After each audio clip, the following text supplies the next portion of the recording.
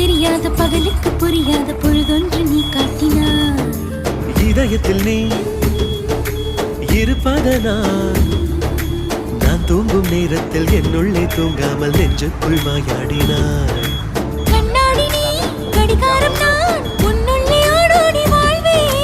காதல் எனும் கடுதாசி நீ என்றென்றும்